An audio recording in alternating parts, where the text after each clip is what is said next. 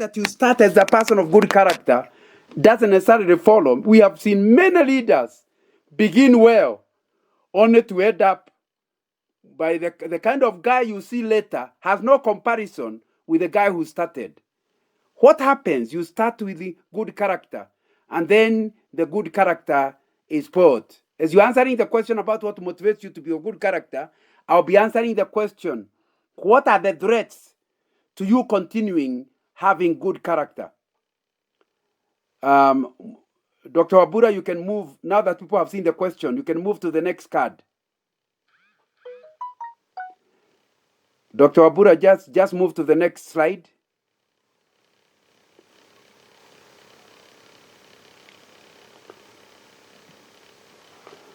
So the first one is self-centeredness. Move backwards. Self-centeredness. It will be important for you to guard yourself against every time you have a behavior issue. Always say, what motivated me to do that? And when you discover you are trying to protect yourself, you're trying to show how powerful you are trying to prove you are a leader, please understand that is self-centeredness. Please move back, Dr. Wabura, move backwards so that you are on the threats to good character. Threats to good character. So that's one of the things that you have to think about. Every time you look at what you are doing, find out, are you doing it for self-preservation? Then chances are, move backwards. Please, Dr. Wabura. Not forwards, but backwards.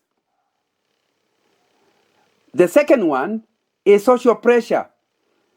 I'm not calling it peer pressure because peer means people of equal level. My friend, don't try to act like Otieno or like Migindo or like whatever the other name of your area. Social pressure, wanting to be like other people, will change your character. Because you realize, for example, you go to a place you are not drinking, but every other Christian is drinking. Chances are it will be very difficult because by you are not drinking, you look like you are judging them. So the social pressure leads you to end up doing what others are doing. And at the end, you have a problem with your character because of the pressure. And sometimes the pressure is from good people. These are Christians with you. But the kind of things they are pressurizing you to do are not honoring to God. Within no time, you as a leadership could compromise because nobody is challenging the other. So in the end, you end up, social pressure ends up putting you to end up with bad character. Number 3, culture and traditions. You have to check your background because what your mother called good, you are likely to also call good. What your grandfather called good, you are likely to call good. And yet, biblically, it may not be God-centered. It may not be other-centered. For example, you believe your tribe is the only correct tribe. They are the way they do things, the kind of food they eat. That is your culture. It doesn't mean what others eat or others like is wrong. It is different. And I'm not asking you to start eating their food. But you need to come to the level where you don't allow your cultural background to determine your relationship with your followers. Because you know they were not born in your home. So they'll have differences in the way they do things. You must be the kind of a leader who allows for the differences. You don't push people to be like you. Your culture is not necessarily right in every way. So we are talking about the threats to good character. Your culture can put you into trouble. Number 4, the law of competition. The moment you want to be like the other pastor over there, the moment you want to be like the head of department, the other over there, the one moment you feel like, hey, the way Otieno preached today, he is doing better than me. I must beat him. If that's what's motivating you, you end up pulling down. Somebody comes and tells you, do you know, the sermon of Otieno today was fantastic. And you feel like that means I'm not doing well myself. Of course, he's only he's not commenting about you, he's commenting about Otieno. But the competitive spirit within us will spoil our character. You start saying, yeah, the sermon Otieno preached was good. But did you note that his English is Kikuyu English? Or his English was what you are trying to do is to bring the estimation of Otieno down. And your character will totally be a mess because you start lying, start emphasizing the wrong things. And when people listen to you, they may not comment, but they know you are no longer a good man. You are not a person of good character. And it is because of the law of competition. And we could talk about sometimes when you do not watch out in your spiritual walk, what we are calling metaphysical forces, there could be spiritual forces that will change your character. And you need to be very careful to be sure you are walking in the spirit, because the devil can easily take over and you start having forces that affect your character wrongly. Next page, I want to answer the question. We need to be finishing soon. I want to answer the question: if you discover you don't have good character, how can you change your character? And that question was asked last Saturday. So I want now to take the time to answer it. If people have joined your church and they are not of good character, how can you help them? This is what will actually help them. And I borrowed the process from International Leadership Foundation, whom I'm one of the trainers in their seminars all over throughout Africa. In fact, last week I spent the time training some people from Zambia on Zoom. Now, and I would really encourage all of you to look for opportunity to go through the training. Of course, they will give you a diploma, not like we who may not necessarily give you a recognizable certificate. But the process they describe of you trying to become different is as follows. The first one is self-awareness. There are people who do not understand themselves. I had a story of somebody who said, you know me, I leave my my home problems at home. I never carry them at work. Even if we quarrel with my wife, it can never affect my work. I'm good at separating home issues from work. Then one day, he was a CEO. One day, one of the top managers said, are you having problems at home? He felt very offended. Said, how can you accuse me of something I am a master on? I never bring my problems from home. Now, he was so offended that when they went with his personal friend, not somebody from work, but somebody, a personal friend, he's a Christian. He asked the person, can you imagine? Somebody in the office was accusing me of that I'm having problems at home. No wonder I'm having issues in the office. Don't you know I'm the kind of a person who is able to leave issues of home and I don't bring them here? The other person is a very close friend, said, do you want me to tell you the truth? He said, yes, of course, tell me the truth. Maybe only you are not aware. Even me as your friend, I know whenever you have a problem at home, our relationship gets affected. He was in shock. And that's when he started checking himself. And here what he calls strong is not necessarily true. I would like you to Google in the internet something called the Johari window. The Johari window says there is a part of us people know and we don't know. Yet there is a part of us we know and people don't know. That's why you need honest friends who can help you to become better self-aware. Many of the things that are bad character in you, you are not even aware. You don't even know. You lose your temper. You are not even aware you lost your temper. You don't believe you can lose your temper. The first thing you must do when you want to improve your character is for you to do an analysis of yourself. Every time you are annoyed by your wife, do not reach there and say, my wife is rude. Ask yourself, how come what she said made me annoyed? What annoyed you may not be what your wife said. It may be something that was in your mother's home, where whenever somebody said something like that, it was interpreted in a certain way. Your wife did not come from your home. So she says something very innocently. She's not even aware. It makes you jump. If you become self-aware, you realize you have wrong information that causes you to behave the way you behave. Don't always assume when you get annoyed that is because of what the other person did. They have no power to make you annoyed. Every time you are annoyed, check from within you. There is something with you that was touched and you are sensitive to that is causing you to behave like that. That's the first way of dealing with this, with your character. Self-awareness. And you check yourself, but also look for friends Your spouse should be number one, who can be honest with you. And they are so loving that they are willing to let you get annoyed, because they know when you settle down, you'll pray, you'll talk to God, and you'll see the truth.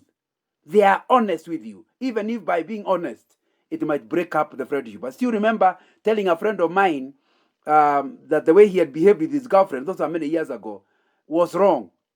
He got so annoyed. He said, Brother Nganga, we were with you at Alliance. We have been friends with you. And now you are siding with this girl. I just introduced this girl to you the other day. How can you side with her? I said, I'm not siding with anybody. I'm siding with the facts. For the next number of years, he never talked to me. The friendship broke. Anyway, thank God he is saved. The other day, the friendship came back. But you have to have people like that, honest, who can tell you, even to annoy you.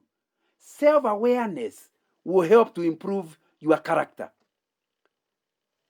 Number 2, clarify current understanding of character. Clarify current understanding of character shaping concepts. What are your belief systems? And you always believe, again, just like I've mentioned in self-awareness, look at the way you behave. Find out what is the belief behind it. Every behavior is based on a belief. Like that anger is based on a belief. Joy is based on a belief. What is that belief? What is the existing conceptual understanding that is causing you to behave in a certain way? The moment you understand it, ask, but is that the truth? It may be culturally correct.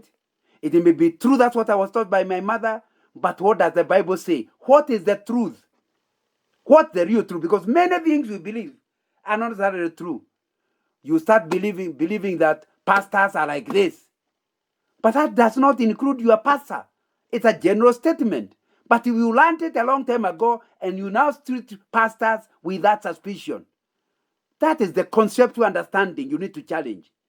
Then you find out what the truth is. The moment you know the truth, please go back to the existing conceptual understanding and have a more truthful conceptual understanding. That's the process of changing your belief system, your core values, because you are questioning. The trouble with us, we are so lazy, we don't question our understanding that causes us to behave the way we behave. Number 3, determine right understanding of concept. And number 4, engage truth with existing understanding of concept. Number 5, align actions to right understanding. The moment you now realize that the belief system was not right, it will now make you stay. But behaving like this is not in line with the truth. The trouble will be, it's not easy. It has to be a process of forcing yourself. It's not easy, but forcing yourself. Like somebody last night was asking me a question saying, you tell me that it's important for men. It was a men's meeting I was talking to last night on Zoom. But I'm an introvert. I don't like talking to people. Say the moment you know you do not believe in talking to other men, but you now know it is wrong, you now align your actions to the right understanding. You force yourself. Wabura, please go to the next slide. Wabura, please go to the next slide. It's important you align your actions with the new understanding. Initially, it will not work very easily. It will be a struggle. You will fail once or fail another time. But the important thing is you are still pushing. With the help of the Holy Spirit, you will soon be able to align your new actions with the new understanding. Number 6, after some time of struggle, you start behaving differently. People say, yeah, Brother Nganga has changed. Because now you can act in confidence. You now no longer act the way you are born. You no longer act the way you have been acting. Because now, after a lot of struggle with the help of the Holy Spirit, you are able to act in a new way. And number 7, you now depend on God for the power to be the changed person you should be. Can somebody tell me whether I'm still being heard? Unmute and tell me whether you are hearing me.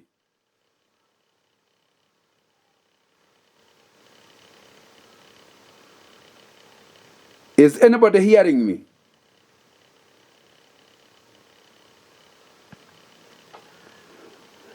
Please unmute. Not very 100% clear. Okay. As Oh, then let me go on. Now I'm reading the answers to the assignment.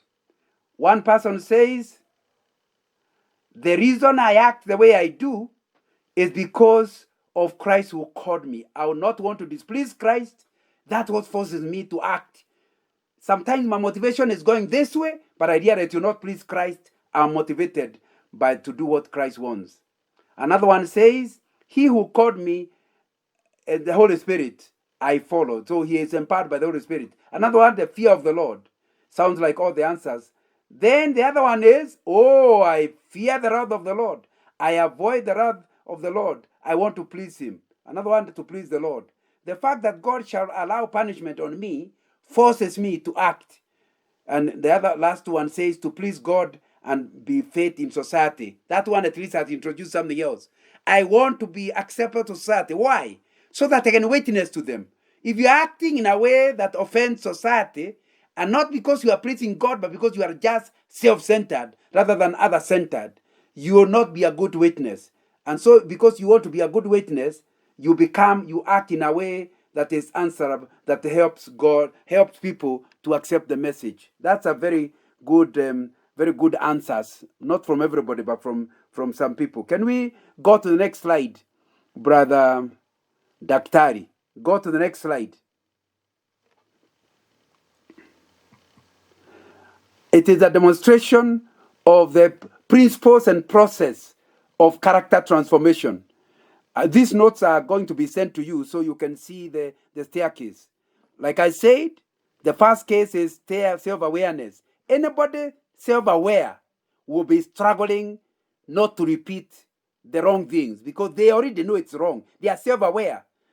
And you know that's not very easy. I still remember some years gone by, I'm a Gideon, so we give Bibles. I was giving Bibles in a village, and somebody asked me, "Are you Mr. Nganga who speaks on the radio?" I had stopped speaking on the radio. That's 1995, and I had forgotten all about it. And I said, "Me on the radio?" He said, "Yes, you repeat this." And he said something I repeat. I defended myself. So I came and looked for the cassette of those radio talks, and I discovered it is true. There is something I'm always repeating when I'm talking. I was not even aware. So self-awareness is stage one in your transformation. Second, we said it's clarify current understanding. 3, determine the right understanding. So now you know your behavior has to change. Number 4, engage the truth with existing understanding so that number 5, you are able to align actions. That will take you to number 6, where you act differently. And number 7, you depend on God to walk in a new way. This thing is not for the bad people. All of us, including me, we are struggling with certain behaviors that must change. If you are going to be leaders with a character that can be emulated by our followers, we will need to be on a continuous process following these principles of transformation, changing your worldview, changing your understanding. That's really what we are talking about. And our belief system are so core, we are not even conscious about them. This process will help you to check your core values. Go to the next slide. So I'm trying to answer the question. Just to give example, and we will soon be finishing. Just to give an example, what mindset shift do you need if you want to transform your society, your group, as a leader? Let me give you negative ones that lead you to bad character. Negative self-image. If you look down on yourself, you'll be having problems. Why? Every time somebody says, "Hey, by the way, Dr. Wabura, why are you so thin?" If you don't believe in yourself, you think they are saying you are bad. They were just stating a fact that you are thin and tall, but now you start thinking they are criticizing you. It's called insecurity. And my friend, you cannot have a good society or good community if they are negative, full of negative self-image. I know currently we are talking about the racism in America. But sometimes it's not the white, it's the black themselves with that negative self-image. The moment the white man mentions something, they are already defending themselves. They are fighting. The policeman stops you, and you're already fighting him because you are not self-confident. That is a character. If you are going to transform your community, that's a character you must analyze in your community and try to change to positive self-identity. You are happy. Once you are happy with yourself, criticism does not bring you down. What do you do with criticism? You check. Is it true? Like somebody says, you are a dog. Sure, you check. Dogs normally are on 4 legs. You have only 2. You just sympathize with the person because that means he has a sight problem. Because you are walking with on 2 legs. How can he say you are a dog? Now, so you are able to tackle the insult of others when you have positive self-image. So when you have good character, you must have a positive self-identity of yourself. And I have just posted on my YouTube account. My YouTube account is John N. Nganga. And I posted about self-worth, understanding yourself and having worth of yourself the way God values you. Number 2, the next problem we have in our community is corruption, where somebody will look for a way of getting something more than what is right. And that happens even in churches. I heard of a church which had youth Sunday, but they could not allow the youth to collect offerings. Why? Oh, you can't trust the youth. One day the pastor says, "How these are the youth that are going to take over the church? How can we not train them in every area? Let me take the risk. If something goes wrong, blame me," he told the elders. The moment the youth were the ones who collected offerings, the thing just doubled. Why did it double? Because when the elders had compromised, all of them agreed. Since we are doing extra work, who pays us? So out of the offering, they would pay themselves what you call collection offering allowance. Now, of course, the youth fear God. They can't touch the money that has been collected. No wonder the money increased. You need to understand. You need to understand that corruption is when you want to get something unjustifiably. Corruption is when you want to follow hidden ways. It's lack of integrity. And you need to understand that the requirement of good character is having personal integrity and also public integrity. That means you don't have integrity because you are in charge. It's within you. So wherever you go with your integrity. Some people are good in church, bad at home. Some people are good at home, bad at work. Having integrity means you have integrated your life everywhere. That's what we are talking about when we talk about good character.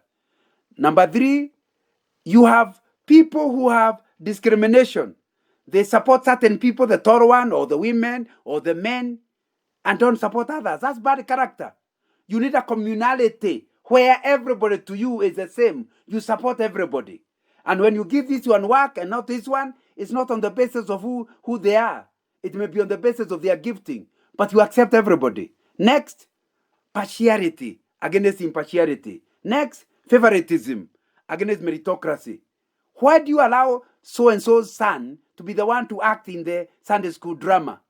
Or it's in order to please the parent? That's not meritocracy. It's favoritism. The son whose parents are not known is never given time to act, because you want the children of the known people in the church to be the one to act during that Sunday after the August children's program. That is favoritism. And the children can see, and they'll know you are not of good character. One person does something, you don't say anything. Another one does something, you come on him like a ton of bricks. That is favoritism, not meritocracy. People of good character, they reward merit, what the ability of the person. And when you reward merit, even the one who have not been rewarded is happy because he knows, even me, when I get that to that merit, I'll also be given this prize. Mediocrity to excellence. There are people who just don't see mediocrity. That is doing things in a bad way, not excellence. And you need a good person of good character is on a continuous improvement. He can see although things are good, they can become better. And then the last one is a person of good character does not have self-serving leadership. Instead, they have servant leadership. Now, I don't think we'll be able to do the next exercise, and will not give examples. I just want to finish so that we have question time. I just want to finish with number 7, which are an assignment I'm giving you. Maybe at another time you tell me where you did the assignment. Is self-reflection. You go through it. I'd like everybody who has gone through this training on character to actually go through the question. The first one is, go to the next slide, Dr. Wabura. Next slide. Next slide. So you'll be able to see the assignment. Dr. Wabura, next slide. So in the assignment, next slide, next slide, next slide.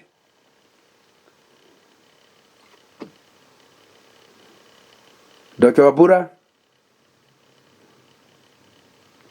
Yeah, that one. Go to number 1. So the first one is identify, consume, understanding the process you have gone through all the way. And then finally, I would like number 5, develop a plan for experience personal character transformation in the identified areas within the next 6-12 months. In other words, have a personal development plan. Find out who you really are, number 5, and find out, write a program for yourself, not for another person, just your self-improvement, so that you can be a better person, your personal development plan. Number 6, what changes do you think would occur in your life as a result of this transformation? Can you describe the new self the moment you do the things that have been listed from number 1 to 5? I finish with a quotation. And Dr. Wabura, you can go to the quotation. Next slide. The quotation says, and it's written by an unknown monk around 1100 AD. Dr. Wabura, yeah. Dr. Wabura, would you like to read it for us? Read the quotation for us, Dr. Wabura.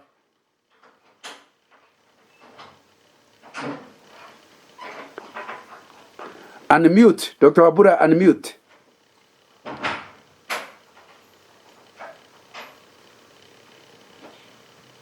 When I was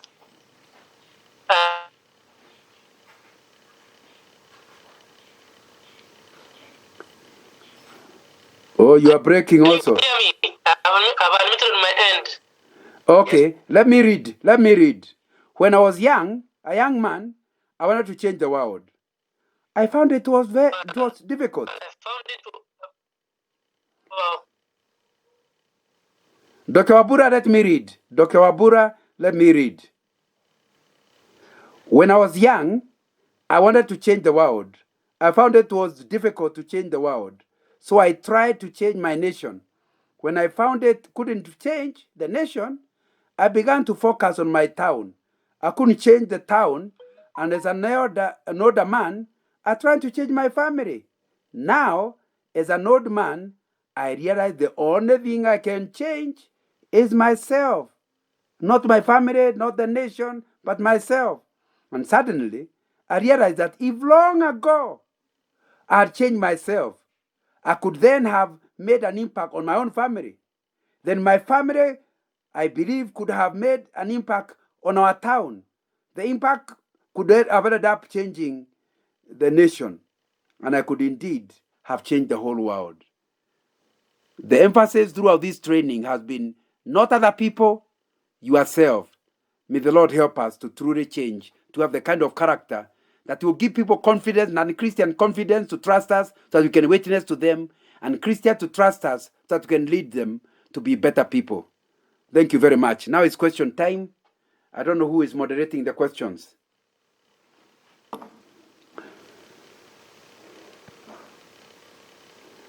Reverend, are you moderating the questions?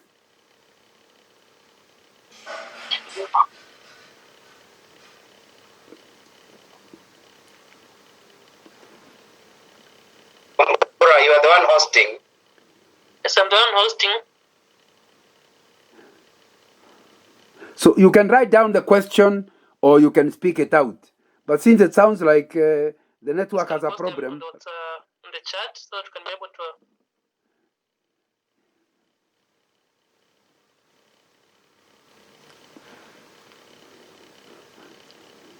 It will be easier for us to be able to communicate on the chat than speak. I agree. I agree, Daktari. Maybe as they are writing, I can say something. Someone can be able to answer. Yeah, okay. Let me say something as they are writing. I'm waiting for writing. I must say that to me, any leader who is able to deal with what you have been dealing with have the job done.